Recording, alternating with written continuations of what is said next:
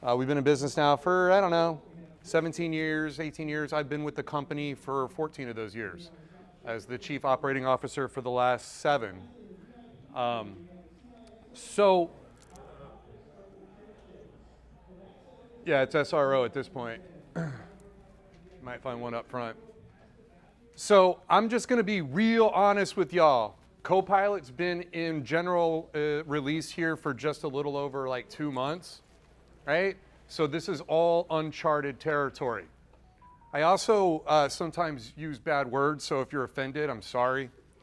So this is what we're going to talk about today.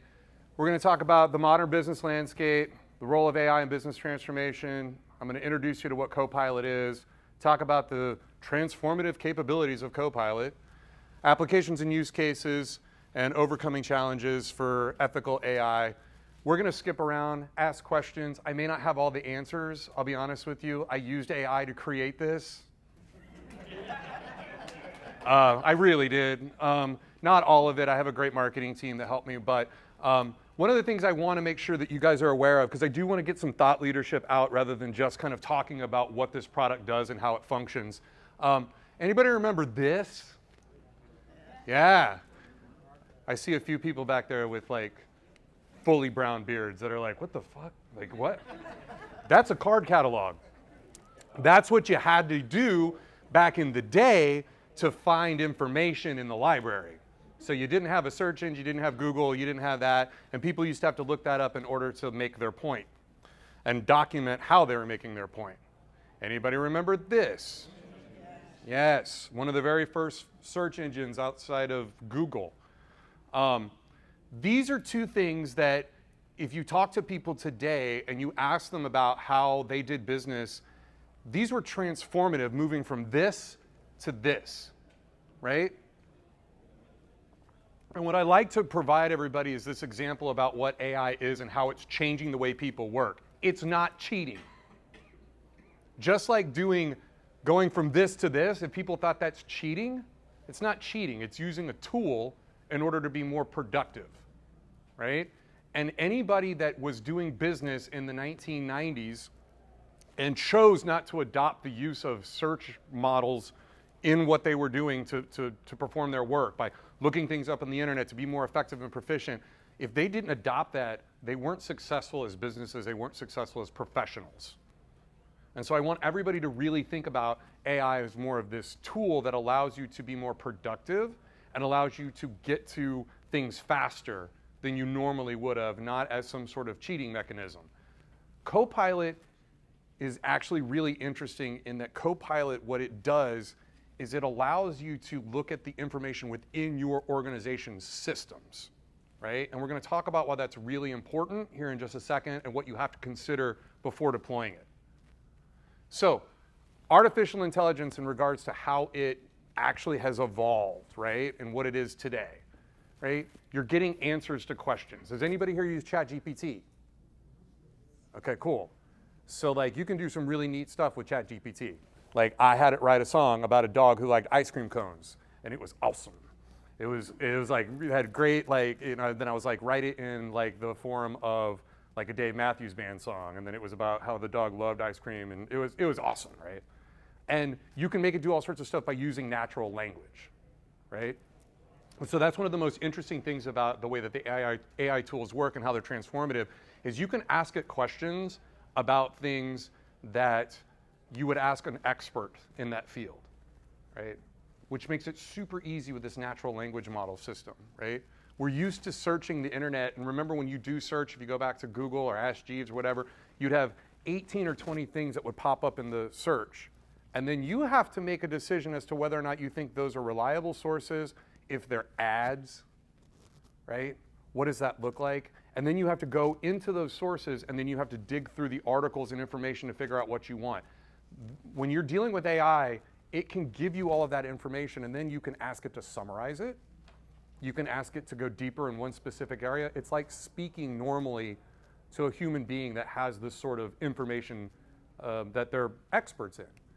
That being said, what we'll talk about in a little bit is you've got to watch what data is being input into the system. Large language models, ChatGPT, Copilot, are all built around the data that's fed into them. Garbage in, garbage out, right? So you think of this tool almost as an overlay. Who here has used Power BI? Yeah? So if you have crap data, you're going to have crap visuals, right? It'll be inaccurate. So those are the things that you have to consider when you're dealing with the artificial intelligence modeling moving forward, right? Having these answers, being able to pinpoint the data, it's a new way to interface the internet. So those are things that you need to understand about what it can do. It can provide you summaries, analysis, build out tables, content, it can create images. There's a lot of stuff that AI generally can do. So to kind of give you an idea of where it came from, artificial intelligence was a concept that was built in the 1950s. You saw it kind of contextualized modernly through HAL in Space Odyssey in 2001 and the Arthur C. Clarke books in science fiction. But it was a concept that started to evolve, right? And it took a really long time for compute to get to the point that you could actually do something where you could teach a machine to start actually thinking for itself, so to speak, to use a model that allowed it to take information and derive different answers rather than 2 + 2 = 4, right? We weren't telling it what to think. It started to come up with its own ways. That started in the 1990s with machine learning, right? And I'm not going to pretend that I'm like some expert on, you know, big data, unstructured information, but essentially, my AI overlords. The machine learning systems were basically a lot of code that was used to look at large data models and information that they could take tens of thousands or hundreds of thousands of data points and to be able to start to learn to derive some sort of answer from it. That moved into deep learning, right? And then more modernly now these large language models, which is information that's put in unstructured into these systems with the ability for the AI systems to learn. AI is a black box, even to the people that invented it. So you don't really know how it's deriving some of its like outputs, but you know how you're trying to tell it to learn to derive the outputs.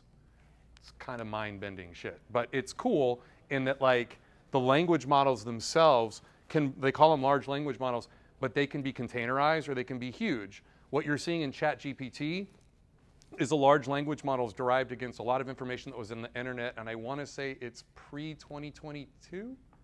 I don't think it's past that point at this. They kind of keep releasing years.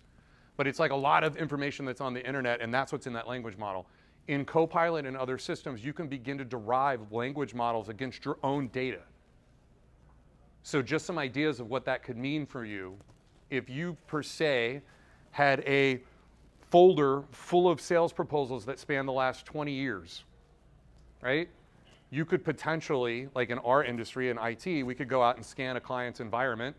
It could produce a bunch of information about what's in that environment. I could feed that into the language model and I would say, create a report based on the information that's in this folder that would tell us exactly what the client would need to do in order to remediate the issues found in the scan. And it would spit something out that would approximate that report. Will it be perfect? No. But it's a start. And that's what I want to keep reiterating to everybody, because there are certain types of people that function in business with different personality types. So I'm the kind of personality type that I will take something from scratch and I will work with it and I like to make it my own, and then I get it to a certain point and then I'm like, here, someone else deal with it. I have people on my team that aren't like that. They don't know where to start. It freaks them out to get something new, right? But they're really good at taking it forward. Building these large language models and systems will give you an opportunity to possibly create jump-off points for people in your team to be more productive, because they can ask the question, how would you build this? How would this be created? What would this look like? And it gets them started, and you can refine it, and it makes them faster. So some of the things that you can do with Copilot currently in AI. So Copilot, I want to say, is in general release for everybody in Microsoft Edge, right? So if you use the Edge browser, I believe you might have to turn it on within your organization if Edge is integrated into your domain systems as part of that application process for 365, but it's available. And so you can do things with it like have it summarize a PDF, which is really cool because there are sometimes you get a bunch of information and you don't want to read it. Like, trust me, I get that crap all the time, where you've just got like a really large data set of information and you're just like, just give me the summary. Caveat, I've asked it to do things over the last couple of weeks. I asked it to summarize information out of Teams between conversations that I had with my boss. And some of it was really great. Some of it was hot garbage. It's cool, though, in that Copilot will cite to you. It'll have citations in the documentation that it provides back, and you can hover over it, and it'll show you the source data that it referenced in certain instances.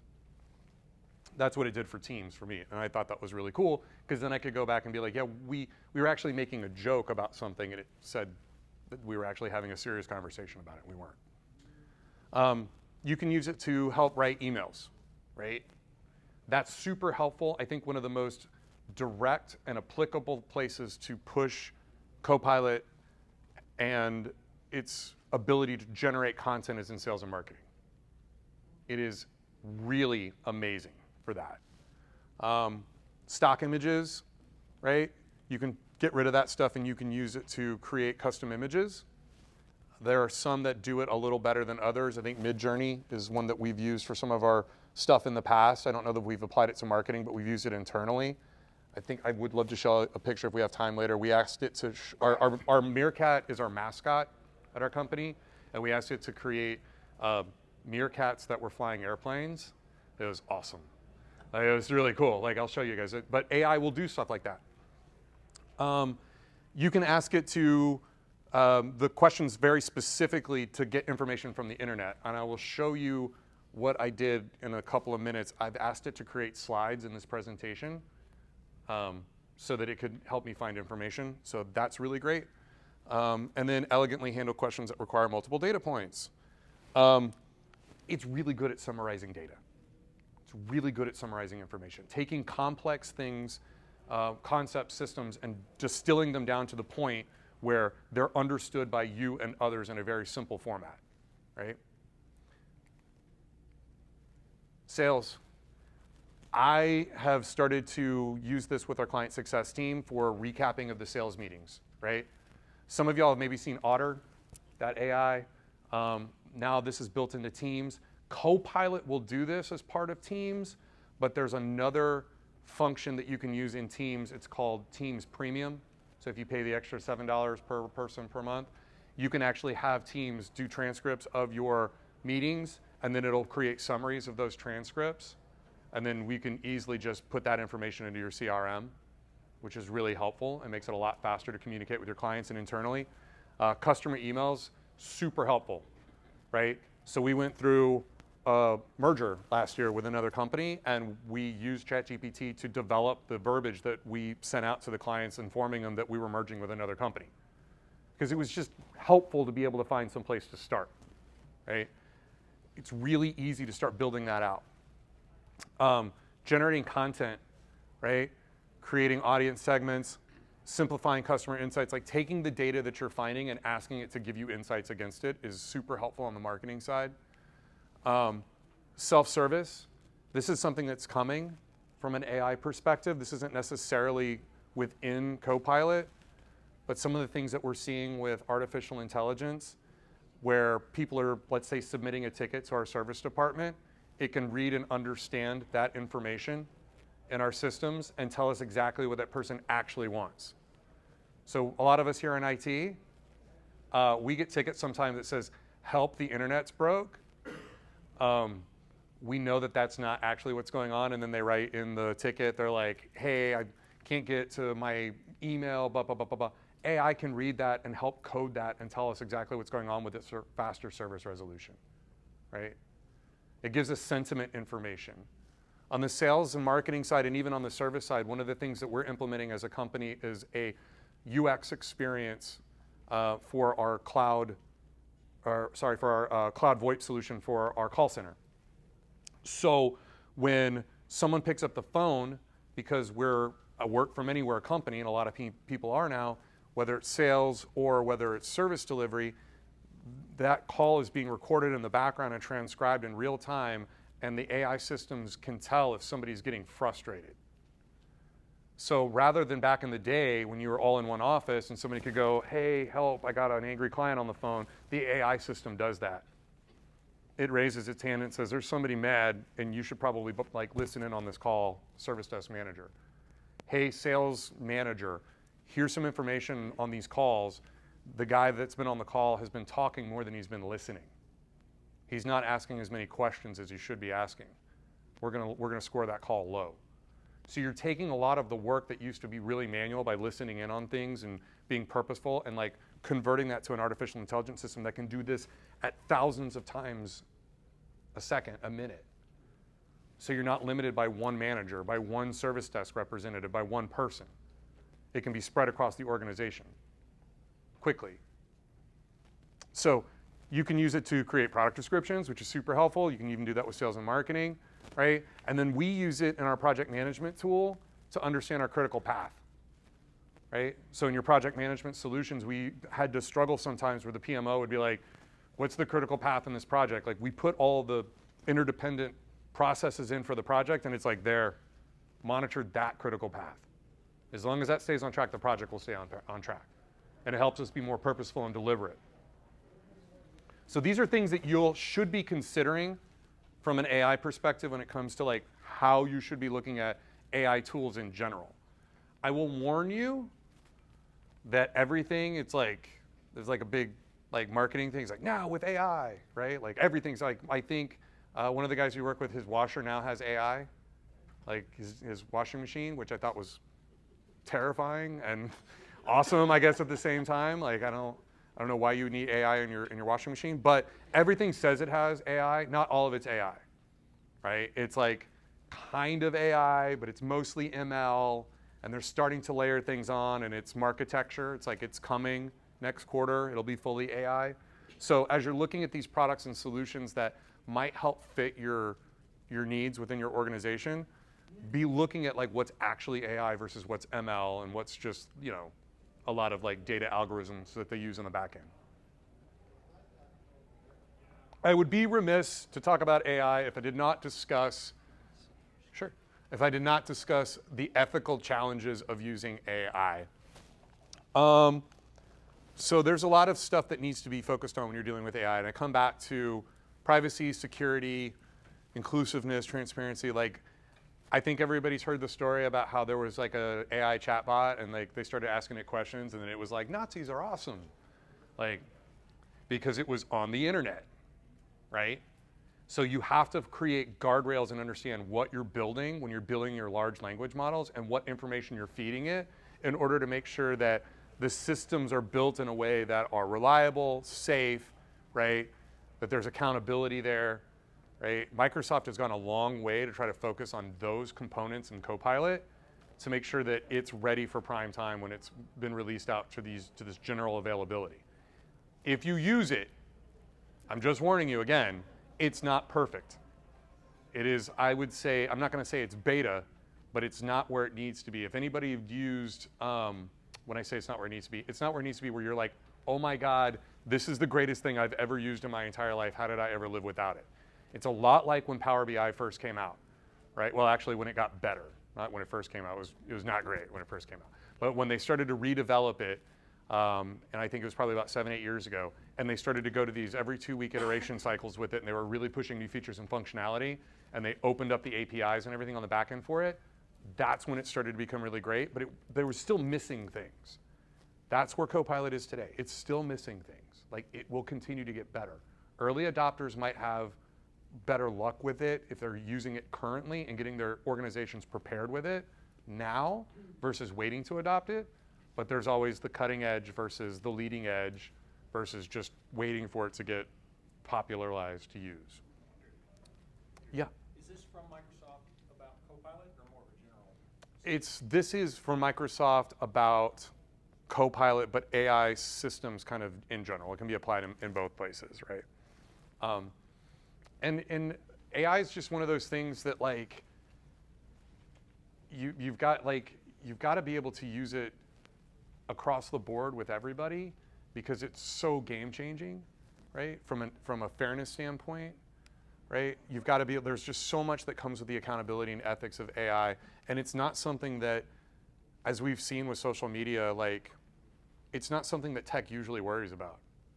Like, it's always an afterthought. And I think the interesting thing about what's going on with AI, and especially with Microsoft's development of Copilot, is they've really kind of wanted to bring this back to the forefront, is to say, hey, let's make this more of like the first thing we think about rather than the last thing that we think about, right? So when you're looking at these products and services, understand that this isn't gonna be you're unleashing, you know, Gen 1 Facebook into your company and there's gonna be all these like weird problems that are gonna wind up having later.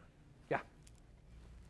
How does Copilot address the concern that some companies have their employees are maybe taking a internal company document, want to do a summarization, you go to ChatGPT, and now that data you just put in there is thrown into the public domain and can be referenced and picked up. Does Copilot keep the data inside the organization, or is it also put in the public data lake?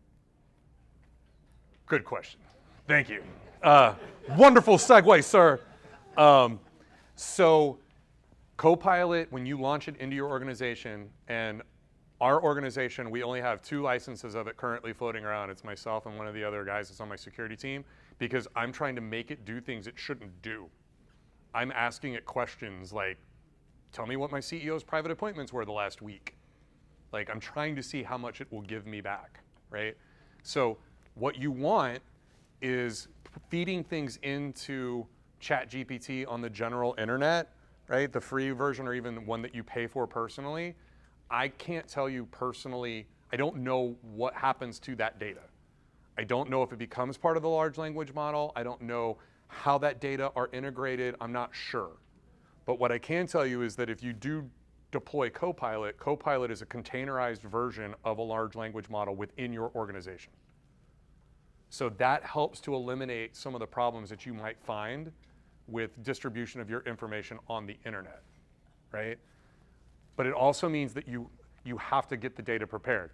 So I, not knowing how to get data prepared for Copilot, asked Copilot to create this slide for me. And this is the slide it made, which is great. And it even gave me notes, which I thought was really cool. And it put a little pretty picture in it and everything. So Copilot knows how to manage Copilot's data, apparently. But you really have to make sure that you're cleaning the data up. So we've got, internally, we have another AI tool that we use for some of our ticket sentiment.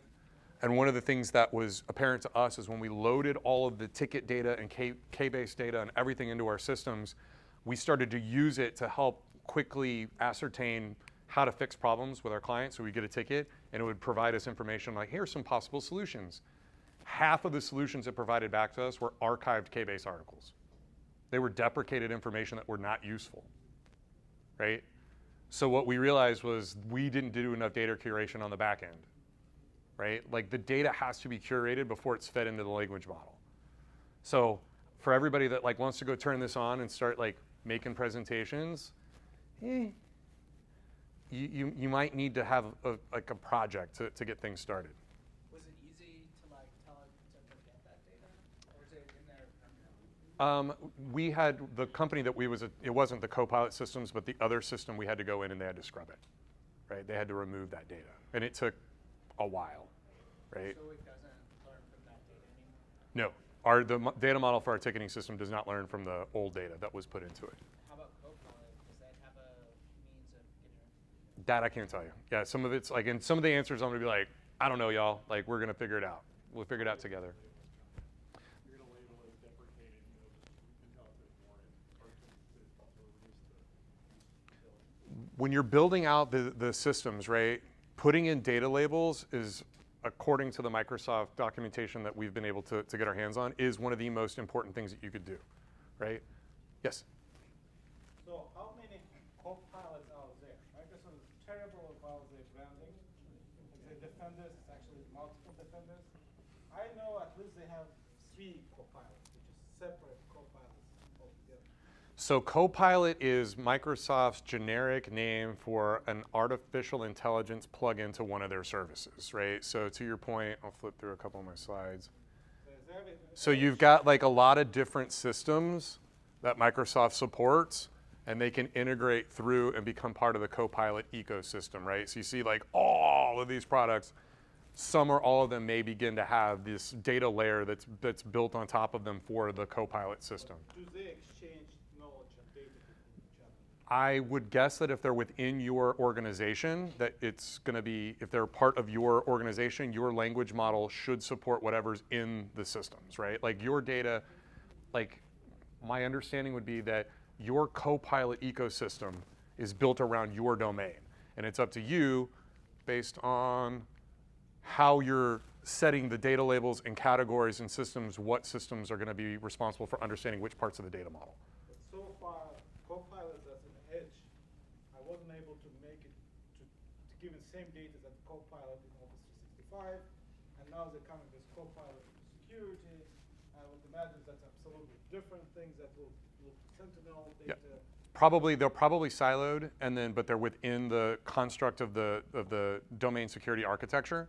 And then so from there, I think what Microsoft will probably wind up doing is either leaving them separated for a very specific reason, right? Like you may not want your data security infrastructure to have the same language model as your internal like SharePoint site systems, right, for data content creation. They may want to keep them separate for a reason, but they may actually combine them. I don't know what their plans are. Have you had experience with Copilot as a service that they introduced in Azure? I do not. I know that it exists. I know that you can point it towards your data models. You can build applications off of it. There are things that you can do with it, but that's not, this is around the Office application. So far we have 4 Copilots. Yeah, it would make sense that they've got those in different areas. What I'm going to recommend to everybody is this. This is the most important thing that you can learn from today. If Microsoft can make something confusing to license and call, like, then they will, right? Like, if you've been doing it long enough, they're gonna make it hard for you to understand like how it's licensed, what it uses, all that sort of stuff. So, to your point, it's branded Copilot currently. It may turn into something else later. We'll see. So, comes back to like making sure that the data are actually prepared properly, right?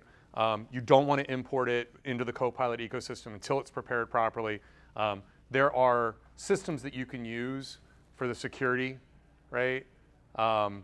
It's going to encrypt the data. It's going to put in access controls. But a lot of the things that you're going to put in for data loss prevention, to be able to come in and look at the information regarding how the data are audited and who has access to it. Microsoft Purview is a really like powerful tool that Microsoft offers for the governance of the systems. So you don't have to go all the way to Purview, but it depends on how much data you're feeding into the system and how you want it labeled and how you want it like categorized. Again, we're getting to the point with some of this stuff where if you're a small organization, you may be able to get away with just pointing it to some folders and kind of having it look at some information and do some stuff. If you're a larger organization, this extra security step of data preparation and understanding governance and working through it is really important. What we've noticed so far, right, and again, I'm not telling you that this is exactly how it is. There's my caveat, like don't trust anything I say, because it was all made with AI. What I would recommend to y'all is you should test this a lot, right? So what we've found so far in our systems and the way that we've looked at it is that it's following the security architecture that we currently have in place. So we can see the SharePoint, like when I run it, it sees the SharePoint sites that I have access to, right? It sees the calendar information that I have access to for the people that are in my organization. It sees the Teams chats that I have access to, right? It should not see stuff outside of that, right? That being said, if somebody accidentally has been given access to the accounting folder, then they have access to that too. So the audit and review of this information and setting sensitivity labels around it is critical to your organization, right? That's going to be above and beyond. That's just standard security context. Like we're talking about, this is extra on top of that, right? Specifically, if you have compliant level information, PII, if you're like anything that's like HIPAA, right, PCI data, anything that might wind up being regulated, you definitely want to have an audit of that information looked at so that you make sure that it's built properly. You've created, think of it like this, right? Let me kind of change the way you're thinking about it. You're taking a bunch of information and you're compressing it, like let's say into like a big bucket, and then you're putting the ability for somebody to go ask it a question. It's like putting Google on top of your stuff, but it's like a natural language system.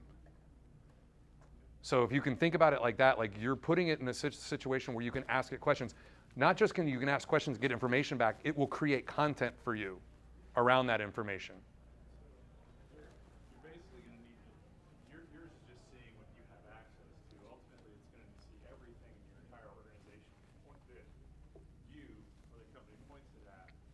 So imagining is what they're sensitive. You're going to figure out what your labels are and what you have access to, what Bob in accounting has access to. Correct. Otherwise, so it knows how to respond. Correct. And so right now, like we don't have any data ingested into our system. All it's looking at is the data that I currently have access to, right? It's just compiling information based on that. Like we just turned it on and we've done very minimal to like do anything fancy to configure the data ingestion. As you decide to add things into the model, you can then start putting in sensitivity labels and getting stuff like set up for data security and then add data into the model. But I would warn you, like, one of the most important things to do is prep the data, because again, garbage in, garbage out, and you don't want to have people access to all sorts of stuff. Yes, sir. Yeah, how I understand it, right now it only has indexing data that is in Microsoft Cloud. Correct. It does not touch any of my network folders or databases that is even in VM, but I know. Yeah. Is there any way to point them to my shared folders, or I have to migrate them? That's a good question. I think it's a matter of like putting them into the language model. I don't know how they would scan that data. Like we've seen that in the past where it may not be, I would guess that Microsoft has something like Power BI. Like there's probably an ingestion mechanism that you put on a server that'll allow it to upload the data, but I don't know. I haven't gotten that far with it yet. I'll be honest, like I said, it's very new, right? It's all very, very new stuff, and it's going to continue to get more robust, right? So this is the most, like, these two slides, if you're going to get anything out of this presentation, like if you want to, I'm going to go turn this on, like make sure your data is clean, make sure that you've got an understanding of how you're going to secure it, right? Super important. So here's some popular features, right? So like, how do I make my team more productive with it, right? We just talked about earlier, auto-generation summaries of long documents. Something that I've used in the past, which I think is like super helpful. And you can use things like ChatGPT for this within the Edge browser or just online. I was asked to make a job description, right? And anybody who's ever like made job descriptions before, like back in the day, like you would have to like Google like 6 different places and like try to figure it out. I would create the job description. I was like, give me a job description for a field services manager. It spit me out a bunch of information. I was like, cool. I was like, refine this to be specific to a managed services company. And then it refined it.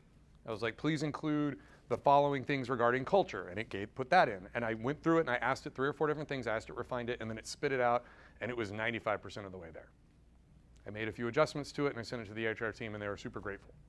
That took me all of about 20 minutes. Normally it would have taken me 3 or 4 hours, right? Is it cheating? No. But it's the way that you should be using the product, right? These are the ways that you get more productive. I didn't upload any of our personal information or business information into the system. I want to make sure that I'm clear about that. Once you create Copilot, that eliminates that sort of problem for you. But if you're using an outside system like ChatGPT, you want to keep your business information. We have a security policy for electronic use that says you are not allowed to put business information into an outside AI system. So we have it written to make sure that that doesn't happen. Yes? How do you track that? We have it written so that it doesn't happen. That's what we're doing too. Yeah. So, yeah, I mean, you get to the point, like, you're gonna wind up being in a situation where, again, you come back to like data loss prevention and people being able to access certain things, right? Like you're just gonna have to either shut it off, right? Where you just go in and you go into, you know, Umbrella or one of these other DNS filtering solutions and say you cannot access this solution, right? Unless you're using our language model. There's a way, that's the only way around it. Just shut all that stuff off. Talked about drafting emails, correspondences. One of the things it's supposed to do, and I haven't been able to test this feature, but it should at some point, you should be able to go into Outlook and say, summarize the last 2 weeks of conversations that I've had with this person and tell me what my action items are and what I need to be prepared for this meeting? It does. Okay. I haven't been able to get the plugin in ours. Not in Outlook. Okay. In chat. Yeah, in the chat it does. In Teams it'll do that. Yeah, so in chat, it goes there. I start my morning with that exact. There's a way to get into it and do that directly in Teams, which I can talk about in a second. Outlook's supposed to have that feature coming. Like, I haven't seen it yet, right? Complex cell lookups, like, that's really amazing. Like, I use it all the time. I'm like, I need to reference this cell against this cell, and it's just like, here's your formula. It just spits it out. For this slide, we're talking about Microsoft 365. There is a tool. There's a question about access to data sources. I think Graph is the Microsoft tool that can allow administrators to control where these different parts of 365 go and get the data. That's for sure. So Graph is like the Microsoft extensible API. It's like kind of built for all things like authentication and data access related. So Graph is like a really powerful tool inside of the 365 and Azure ecosystem. So to that point, like, as these things get configured, it wouldn't surprise me if Graph is the tool that they're going to use in order to point it to these different data sources. But it's definitely part of that ecosystem. So if you hear that bandied around, it's, you know, what Microsoft uses to interface different systems. And some of the other things that you can do with the Excel, like, you can set it up where you can you can configure it where you can say, I want to create sales emails against this list in Excel, right? And I want you to build this out for me. And then I want you to make each one of these introduction emails just a little different. And I want you to make it in the voice of somebody that is concerned about their security, right? Or you can tell it sentiment information and it'll spit out information specific and different. Like, could you imagine how long it would take for you to create unique emails as part of a campaign for every single person that you wanted to hit if you were sending 50 or 100 different emails? This will just do it. I think we saw one example. Amy was, they said, create a series of emails with an introduction that's like a pirate joke, right? In the voice of a pirate, like, so it'll do that sort of stuff. So it's really cool. And then I showed you Teams. It'll do meeting summaries. You can go in and ask it to do chat summarizations. That's super helpful. Again, like, the information it spits back isn't always accurate, and it says that at the bottom. It says, be very careful. Like, this is not always accurate. So it's up to you to make sure that it's accurate. And then, like I was showing you, like, the PowerPoint content. So it made this slide. Hold on, this slide, and it made this slide. Like, guys, it's like the most meta shit ever. I created a slide about Copilot with Copilot for PowerPoint about PowerPoint. Yes. So these are some of the things it'll do, right? I really like, and one of the things that Copilot isn't doing, but if you're not using it, is the content button up at the top inside of PowerPoint. Like, if you haven't used that to help, like, format some of your slides to give you more professional looking slides, like, you should totally do it because it makes your life way easier. And then you can ask it to give you information on presentation, like how the presentation should flow, right? The design, formatting, like, it's so much easier, and it's a place to start. Like, is this the slickest looking slide in the world? No, it really isn't. But it's there. It gets you started, right? And I asked it to say, I said, give me information. I want you to create multiple slides for me about the very specific applications within the Office suite where Copilot can provide, give me an overview of the features and functionality that Copilot can provide. And it spit out like 4 slides at once, immediately, within like 30 seconds, right? And I didn't reformat these slides because I thought it would be helpful to show you what it did. So this is what it talks about in regards to Excel, right? You can do formula suggestions, summarizing data tables, right? Generating custom images, performing complex analysis. Like, you can do all sorts of stuff with it by just asking it questions within Excel. You can highlight a cell. You can say, hey, look at rows, 1 through 50, and give me a sum on anything that's in column I. They'll just spit it out. So like I was showing you guys earlier, like these are all the different things that are going to start being integrated into Copilot, right? And so all of them are built together. And just like one of the things that I noticed, I don't know, I guess it was about 7 or 8 years ago when we started our Power BI practice, was Microsoft was making a huge push to consolidate as much client data as it possibly could into the cloud, right? And like basically by doing that, then they started to create these visualization tools, right? Then they started to build machine learning stuff on top of it. And now this, right? This is where everything is headed. I don't know what comes after AI, but I can tell you that like this will continue to get more and more and more advanced, right? So things that it's going to wind up being able to do as it integrates, it'll integrate into the back-end ERP systems through Dynamics. I'm positive of that, right?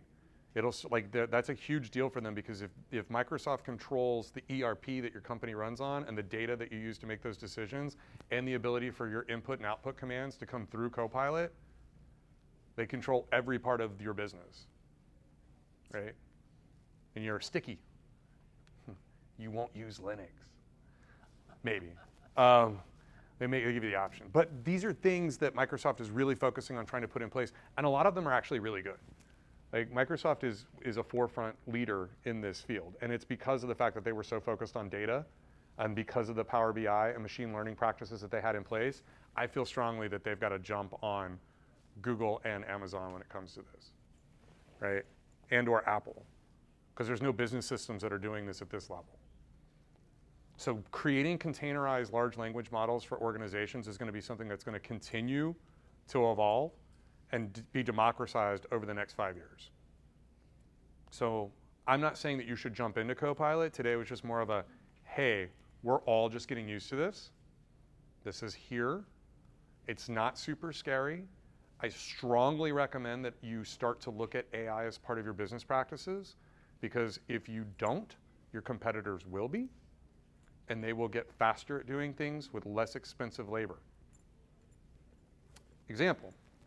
So last year my father passed away and I had to get a legal document created for somebody that was staying at his house so I could create a rental agreement. And I called my lawyer and I was like, I need a rental agreement. And he's like, can you just use ChatGPT because it'll cost you like $300 for me to do that. And so I was like, hey, ChatGPT, I need a rental agreement in Arizona for Maricopa County. And it was like, and it spit it out. And I sent it to my lawyer and he looked at it, he's like, yeah, it looks good. And how much did he charge you for that? $50, right? Just to look at it, right? But it was the phone call. But think about it like that. Like that's how things are going. Like, do you need like legal assistance when people could just be their own partner and go in and just ask it to give information and have the lawyers review it? Like these are the things that are going to start happening way faster, right? So be looking at things within your organization that you can start to drive down some of these costs, whether that's, you know, and work towards what I call them smart people work, right? Like work towards eliminating some of the drudgery work and making your smart people get back to doing smart people work, right? Maximize them to do the things that require a lot of thought process and that they're not just constantly getting stuck trying to figure out how to create or do paperwork, that sort of thing. Like AI is where that's going to be game changing, right? So we go back to like the whole beginning of the presentation, right? Where we talk about, you know, would you rather be working on writing the paper or spending hours and hours and hours in a library trying to grab magazines and books and strutting them across the table to figure out what sources you want to cite, right? Focus on the telling the story. Focus on the campaign when you're doing marketing. Focus on, you know, what you're doing when you're after you've done the analysis on the data, like what decisions you're going to make off of it, rather than focusing all your time on the data. These are the things that are going to make you a more effective business person and business leader, and your companies are going to be more effective. So, yes, sir. One question. So for the consumers, obviously, they're also pushing Microsoft Copilot. So I have Copilot and my home subscription, and I turned on the Pro, paying an extra $20. And so now I confuse myself at times. Am I logged on with my work Microsoft account or with my personal one? Or I'm at work and I look up something in my personal OneDrive. Right. And you can have both Microsoft licenses, you know, be active at the same time. For sure. So I'm not sure whether it really keeps it completely They won't. Like, they're going to be totally different, right? Like, if you're logging in with one account to enter data into the systems versus another account, like those are, Microsoft deals with those as two completely different security contexts, right? So you shouldn't be able to, like, depending on what you're logged into that application, it should not upload it. Yes? Sounds like your lawyer had an interesting future solution too, is as you develop your AI skills, figure out how to even monetize in-person interaction. For sure. So in-person interaction for monetization is actually really interesting. So I watched a great special from the Sunday morning show on CBS like I don't know, a couple months ago. And they have people that are answering, like, it sounded like people answering the phones, but it was AI chatbots, right? And they were very specific models, but these were based on people wanting to make appointments for their dentist, right? So it asked them things like, when was the last time you were here? Give me your information. It would validate their information. It would then they would then begin the process of asking if they had new insurance. That would repeat back to them their insurance number as they read it out to them, like, and it would just make the entire appointment, and it sounded very natural. There were a couple times where they would like mess it up, right? That you would intentionally try to mess with it and it would break. But it's getting there. And so some of the things that we should be looking at, right? One of the things that we're seriously considering in order to help with our clients is if you need to have your password reset, right? So you call into our service desk and it says, hey, if you've got a password reset, like it says, hey, tell me what your information is, can I help you, right? So let's say the AI answers the phone. It's not there yet. Let's just say that they answer the phone. And you sound very natural and you say, like, I need my password reset. And it goes, great. Then it interfaces an API that calls a security code that person has on their phone. It says, can you give me your security identification number? It's like, yeah, it's whatever that rotating code is, your MFA code. Okay, great. It looks like I've identified who you are and you're in our systems, right? Let me go ahead and issue the password reset command for you. And then it issues the password reset command. Is there anything else I can do for you? Nope, thanks. And then it logs a ticket for it in our systems. And I can have it do that 70 times at once. It's not a one-for-one on a service technician, and the end user is happy because they got a great experience. They were able to quickly resolve their problem. The issue was documented, right? And they didn't have to wait in a queue to have somebody fumble around and potentially not fix their problem. It happens consistently. Are we there yet? No. Will we be there in 24 months? We're getting there. It's a gold rush. Everybody's seeing all these like internet companies laying people off. Yeah, they overhired a little bit. They're also freeing up room to invest in this. This is where things are going. So I'm not saying that everybody's going to be transformed in the next 24 months, but I am saying be mindful of it. The smaller your business, the less impactful it might be up front, right? It's a lot like adoption. It's like when everybody went to virtualization and then everybody went to the cloud. Like these things lag, especially in the small business community. But if you're a company of size and you have a significant amount of data and people are already asking about these things, like you should be looking at them. Yes, sir. So as a business with a lot of data that thinks there may be some utility to this tool, what's the very first step? I mean, where did you go to evaluate this, like day zero when you first looked at it?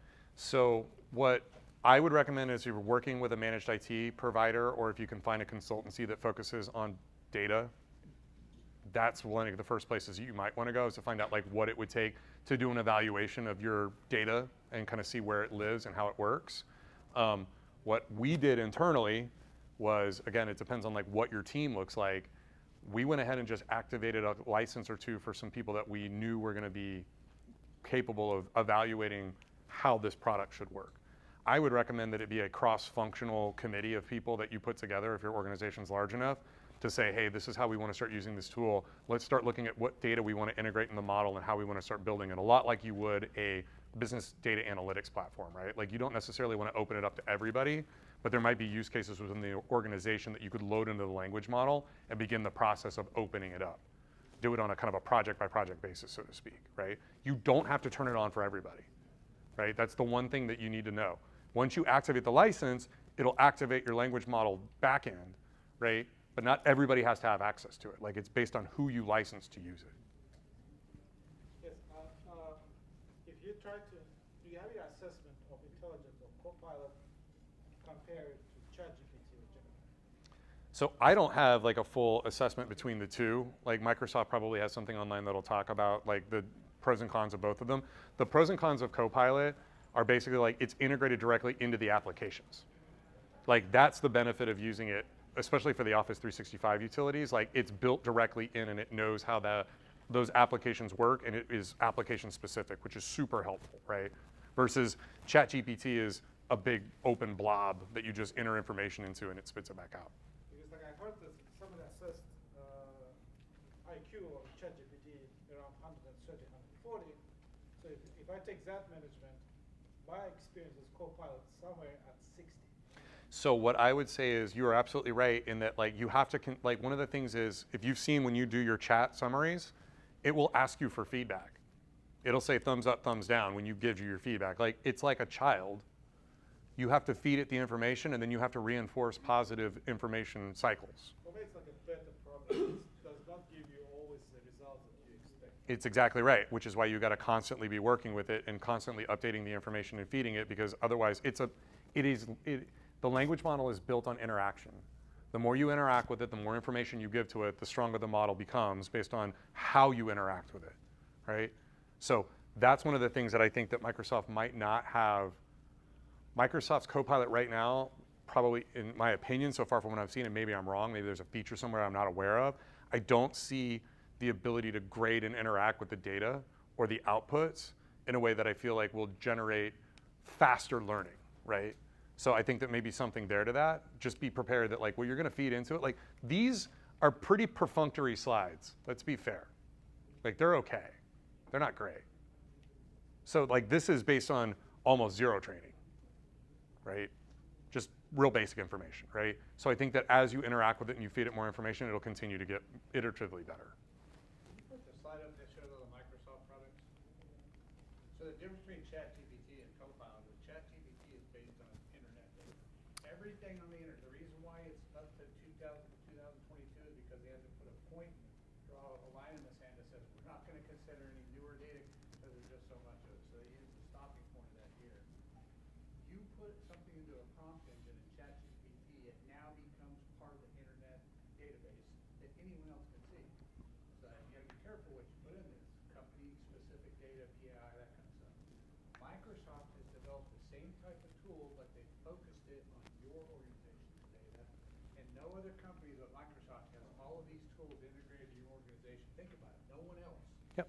has that many tools in your organization that Microsoft does. That's how they were built.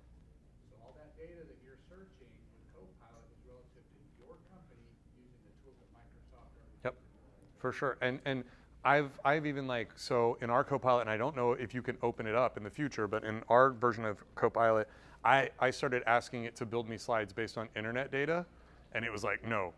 It was like, I do not have access to that information, which is great because I don't want to maybe necessarily pollute my language model with, you know, social media garbage, right? Like whatever's on the internet.